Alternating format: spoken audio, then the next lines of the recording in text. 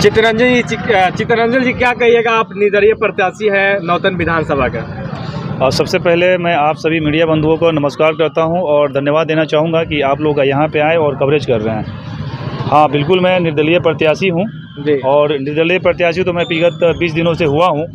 उससे पहले मैं कहीं ना कहीं था और उसके माध्यम से मैंने पूरा कैंपेनिंग किया है। 37 का 37 पंचायत, पूरा नौतन बैरिया विधानसभा के अंतर्गत जितनी भी पंचायतें हैं, यहाँ तक कि नदी के उस पार बैजुआ में और भगवानपुर पंचायत और सूरजपुर पंचायत का कुछ अंश वार्ड नंबर 9 और 10 पड़ता है, वहाँ भी मैं गया हूँ, वहाँ भी कैंपेनिंग किया हूँ, वहाँ भी अपनी बातों को रखा हूँ। तो जो ये चेहरा है ये निर्दलीय है, सच है, लेकिन इसको सब कोई जानता है, पहचानता है।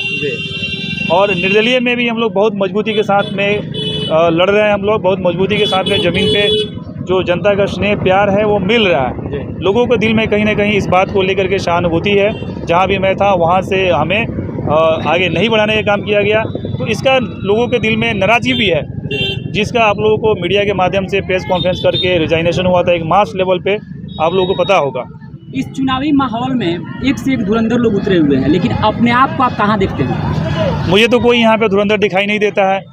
हाँ, टिकट जरूर लेके आए हैं, पार्टी का एक जो स्टाम्प होता है, एक जो तमगा होता है, वो जरूर पीछे लगा है। लेकिन मैं आपको बता देना चाहूँगा कि जो भी टिकट लेके आए हैं वो अभी जस्ट जनसंपर्क करना शुरू किए हैं टिकट मिलने के बाद से। तो धुरंधर कहाँ से हुए? पूरा पंचायत भी अभी नहीं घूम पाए हैं, एक बार भी अभी पूरा पंचायत का कैंपेनिंग नहीं हो पाया है। और मैं 37 का 37 पंचायत 3 से 4 बार राउंड मैं लगा चुका हूं, जनता से अपनी बातों को बता चुका हूं। तो धुरंधर तो मुझे कहीं कोई दिखाई नहीं दे रहा है। और एक बात मैं और बताना चाहूँगा, दो जो चेहरे हैं पार्टी से जो टिकट लेके आए हैं वो हमारे विधानसभा के नहीं हैं। ये नौतन बैरिया की विधानसभा भली भांति जानती है और कहीं ना कहीं जनता के बीच में इस बात का चर्चा चल रहा है कि इस बार नौतन बैरिया की बेटा को ही यहाँ से आगे बढ़ाने का काम किया जाएगा। तो मुझे कोई धुरंधर दिखाई नहीं दे रहा है। सबका अपना अपना मोटो है, इस चुनावी रण में उतरा हुआ है, लेकिन आप किस सोच से उतरे हुए हैं? विधायक क्यों बनना चाहते हैं? देखिए, इससे पहले मैं सैनिक रहा हूँ, फौजी रहा हूँ, ये सब आप लोग जानते हैं। देश सेवा किया है हमने और देश सेवा करने के बाद में मैं यहाँ पे समाज सेवा में जुड़ा हूँ। हालांकि समाज सेवा इससे पहले भी मैं कर रहा था और छोटे छोटे यथाशक्ति जहाँ भी हो रहा था हम यंगस्टर्स को आगे प्रमोट करने का काम कर रहे थे। और इसी के तहत एक स्पेशल फोर्स नाम का एकेडमी भी मैं चला रहा हूँ, जिसमें जो हमारे यंगस्टर्स हैं, जो युवा हैं, जो युवतियाँ हैं, उनको दरोगा, बिहार पुलिस, आर्मी और पैरामिलिट्रीज, होमगार्ड की ट्रेनिंग दी जाती है और निःशुल्क दी जाती है। अगर यहाँ की जनता आप पे भरोसा जताती है और अगर आपको विधायक बना देती है तो आप उनके लिए क्या करना? सबसे पहले मैंने कोई 3 ऐसा मुख्य आपका हो मैनिफेस्टो में विकास हो रहा है, जी, क्या कीजिएगा? बहुत बढ़िया आपका सवाल है। और नौतन बैरिया जो इलाका है ये ग्रामीण इलाका है, एक सुदूर इलाका है। हालांकि सारे पंचायतों का अपना अपना समस्या है, फिर भी जो मेरा पहला जो काम होगा, नौतन बैरिया प्रखंड, नौतन बैरिया को अपराध मुक्त बनाना होगा। नौतन बैरिया पे ऑटो वाले और बाइक वाले नदी जो बहती है उसमें गिरते हैं और इस बात को हमारे विधायक महोदय सदन में उठाए हैं। इसका वीडियो क्लिप है, मीडिया में इस चीज़ का जिक्र है।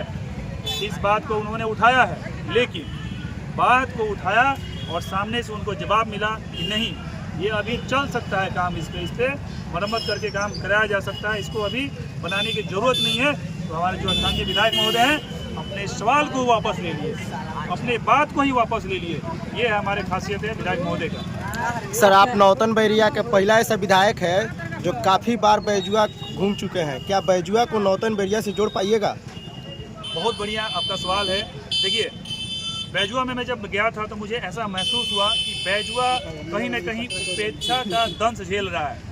उसको जो भी सरकार वर्तमान में रही है या विगत सरकारें रही हैं, जो भी प्रतिनिधि रहे हैं, उसको उपेक्षित किए हैं, उसको इस क्षेत्र से अलग छाट के ही चले हैं। वहाँ पे सिचुएशन ऐसा है, वहाँ का स्थिति ऐसा है जैसे वहाँ पे जाने से लगता है कि हम लोग 1947 में घूम रहे हैं। ना वहाँ पे सड़क है अभी भी, ना वहाँ पे सड़क है, ना अभी वहाँ बिजली है, ना वहाँ स्वास्थ्य नाम का कोई सुविधा है, ना वहाँ पे शिक्षा है। हाँ, बैजुआ में एक अस्पताल, ये एक वहाँ पे स्कूल जरूर है, लेकिन वो भी स्कूल बरसात के 4 महीने बंद रहता है क्योंकि जो भी वहाँ के टीचर हैं, जो भी मास्टर जी लोग हैं, वो नदी क्रॉस करके आ जा नहीं सकते हैं।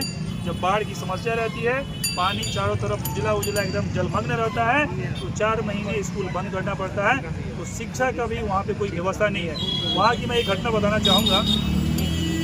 जब मैं वहाँ पे जनसंपर्क के लिए गया था तो वहाँ पे लगभग 9-10 साल के जो बच्चे थे, मैं उनको अपना एक पर्चा दिया पढ़ने के लिए, तो पढ़ नहीं पा रहे हैं। मैंने उनसे पूछा कि बाबू इसको पढ़ो, तो बोल रहे हमको पढ़ने नहीं आता। मैं बोला क्यों, हम लोग नहीं जाते स्कूल? तो बोला नहीं, हम लोग स्कूल नहीं जाते हैं। वहाँ पे शिक्षा का अभाव है और वहाँ का सिचुएशन ऐसा है कि जब बच्चा 9-10 साल का होता है तो उसके हाथ में डंडा थमा दिया जाता है, वो पशु चराने के लिए निकल जाता है। जब 12, 13, 14 साल का होता है तो वो बाहर दूसरे प्रदेशों में रोजी रोटी की तलाश में चला जाता है। और जो उसके पिताजी पहले से ही वो पलायन के दंश झेल रहे होते हैं, दूसरे प्रदेशों में रोजी रोटी के लिए गए होते हैं, 55-60 का जैसे उनका उम्र होता है वो घर पे आ जाते हैं और बच्चा उनका जगह ले लेता है, और ये सिलसिला लगातार चलते रहता है। तो वहाँ पे रोजगार का भी व्यवस्था नहीं है। आप निर्दलीय प्रत्याशी हैं, अपने इस प्यारी जनता से क्या अपील करना चाहिए?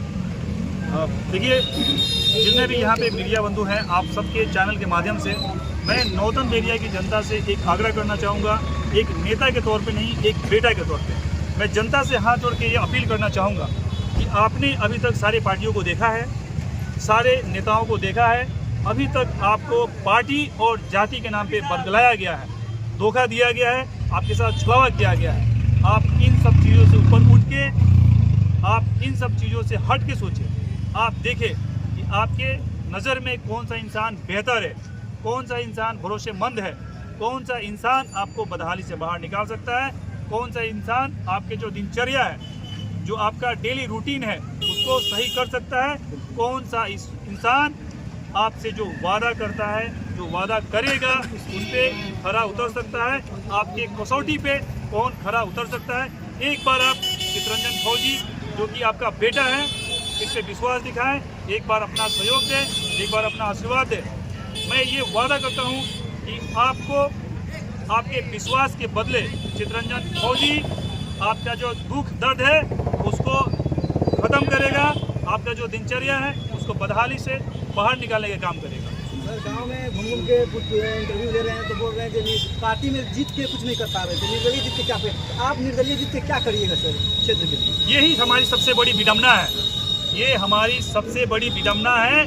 जो हमारा सोच है इसको बदलने की ज़रूरत है। हम सोचते हैं कि पार्टी कुछ नहीं कर पा रहे हैं, बात सही है। आप मुझे आप ये बताइए, जो यहाँ के स्थानीय विधायक जी हैं, 3 टर्म के विधायक हैं, क्या वो अपने कार्य पे, अपने रिपोर्ट कार्ड पे वोट मांग रहे हैं या पार्टी के नाम पे मांग रहे हैं और नरेंद्र मोदी के नाम पे मांग रहे हैं और नीतीश जी के नाम पे मांग रहे हैं? नीतीश और मोदी के नाम पे। नीतीश और मोदी जी के नाम पे मांग रहे हैं। तो यही सबसे बड़ी हमारी बदहाली और दुर्दशा का कारण है। विधायक जी अपने कार्यों में क्यों नहीं वोट मांग रहे हैं? मैं आप सभी मीडिया बंधु के चैनल के माध्यम से इस जनता के बीच में सवाल को छोड़ता हूं कि जब आपके बीच में आपके जो नेताजी आते हैं, विधायक जी आते हैं, तो उनसे पूछिए कि आपने 15 सालों में क्या किया है, आपके कार्यों पे आप क्यों नहीं वोट मांग रहे हैं? आप बार बार मोदी जी और नीतीश जी के नाम पे क्यों वोट मांग रहे हैं? यहाँ पे मोदी जी और नीतीश जी काम करने के लिए नहीं आएंगे, यहाँ पे काम यहाँ का स्थानीय विधायक जी ही करेंगे। यही सबसे हमारी बदहाली है। इससे हमको ऊपर उठ के व्यक्ति विशेष इंसान की पहचान करना होगा, इंसान को देख के आगे हमको बढ़ना होगा। सर, नॉमिनेशन से पहले जन स्वराज का पूरा प्रचार प्रसार कर रहे थे, फिर जन स्वराज का टिकट नहीं मिला तो इसलिए निर्दलीय फील्ड में आए क्या? आपका सवाल का मैं बहुत बेबाकी से जवाब देना चाहूँगा। जन स्वराज के लिए मैं प्रयास कर रहा था, जन स्वराज को मैंने घर घर पहुंचाने का काम किया है। आप सभी इससे वाकिफ़ हैं, हमारी जो जनता नौतन बेरिया के सब कोई वाकिफ़ है। जन स्वराज को यहाँ पे मजबूत करने वाला है तो वो चितरंजन फौजी है। जब हम लोग इनिशियल डेज में जाते थे घर पे जन स्वराज का प्रचार प्रसार करने के लिए, तो लोग पूछते थे कि जन स्वराज क्या है। हमको बताना पड़ता था कि जन स्वराज भी और पार्टियों की तरह एक पार्टी है। और उसके बाद ऐसा माहौल बना कि जन स्वराज को यहाँ पे लोग विकल्प के रूप में देखना शुरू कर दिए। इस बार जन स्वराज को यहाँ पे आगे बढ़ाएंगे, लेकिन आप सबको विदित है और ये पता है कि जन स्वराज का जो भी चेहरा आगे आया है वो हमारे विधानसभा क्षेत्र का नहीं है। और बहुत सारे संगीन धाराओं में मुकदमा दर्ज है, बहुत सारे संगीन धाराओं में मुकदमा दर्ज है। इसके विरोध में नौतन बेरिया की जो जनता है, नौतन बेरिया का जो जितने भी प्रखंड के पदाधिकारी हैं, पंचायत कमेटी है, सबने रिजाइन कर दिया और रिजाइन करके हमको सपोर्ट किए और हमको बोले, और हमने जनता से सर्वे भी किया कि हमको निर्दलीय आगे बढ़ना चाहिए कि नहीं बढ़ना चाहिए।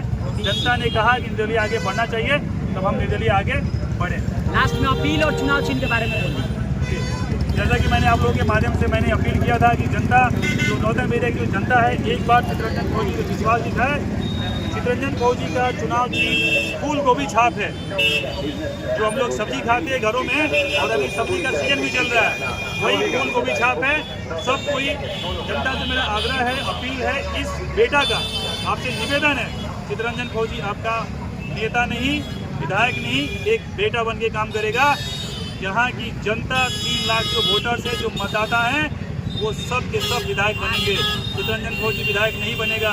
चितरंजन फौजी का फ़ोन अभी भी जो नंबर सेव नहीं होता है, 24/7 रिसीव किया जाता है, चाहे रात को 12 बजे हो, चाहे भोर में सुबह 4 बजे हो।